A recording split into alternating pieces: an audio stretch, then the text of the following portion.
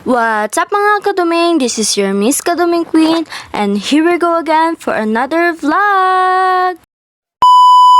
For today's video mga kaduming, samahan niyo ako sa A Day in My Life. Paano ba naman kasi mga kaduming, naboboard na ako dito sa aming bahay. Kaya naman naisipan ko mag-vlog ng A Day in My Life. Naghilamos ng atin po ako at nag-apply ng toner ko. Pagka-apply ng toner ko ay kumain na rin ako kasi nga gutom na nga yung kaduming, tanghali na kasi kumisi. Actually, pangalawang kain ko na nga po yan sa umaga. Paano ba naman kasi mga kaduming, naamoy ko kaninang alas 5 yung mabangong luto ng tita ko. Kaya napakain na din ako. Kakain ko nga, hinugasan ko na din po mga kaduming ang aking plato at nag-toothbrush. Ay, hindi makukumpleto araw ko pag walang toothbrush. Pinaglinis na din po pala ako ng inay dito sa aming silong na napakakalat nga po. Hala, ang OA. Paano ba naman ang kalat dito ay galing sa mga pinsan kong maliliit? Lagi na kasi nagdala dito ng basura sa ilalim ng silong. Hindi naman nililinis. Ay, Mariosep. Kalinis ko nga mga kaduming ay nagpunas na din ako ng pawis ko. Sumakit na nga yung likod ko, kakayo ko sa ilalim ng silong. Paano ba naman ang tangkad ko?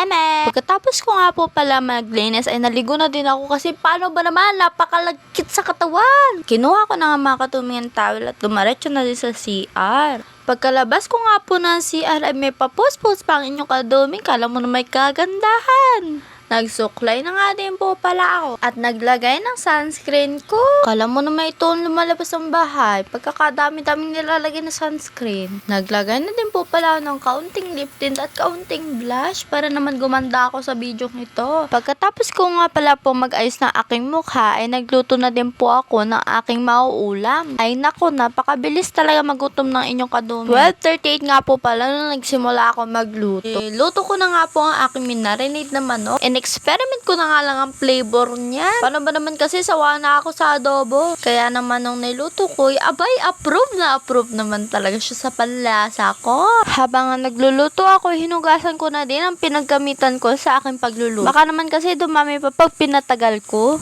Tinignan ko na din ang aking niluluto. Tinango ko kasi nga luto na. Syempre, kumain na agad ako kasi nga nagugutom na ako. Pagkatapos ko nga pala po kumain, na hinugasan ko na din ang aking plato at nag-toothbrush. Pagkalinis ko nga po pala ng plato ay dumaretso na din ako sa taas at natulog kasi naantok na nga ako. Fast forward po mga kaduming at pagkagising ko nga po pala ay umuulan.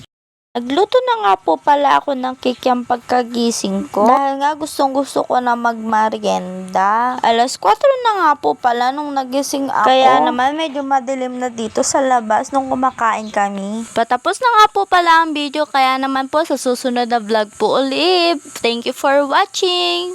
Bye bye! Mwah!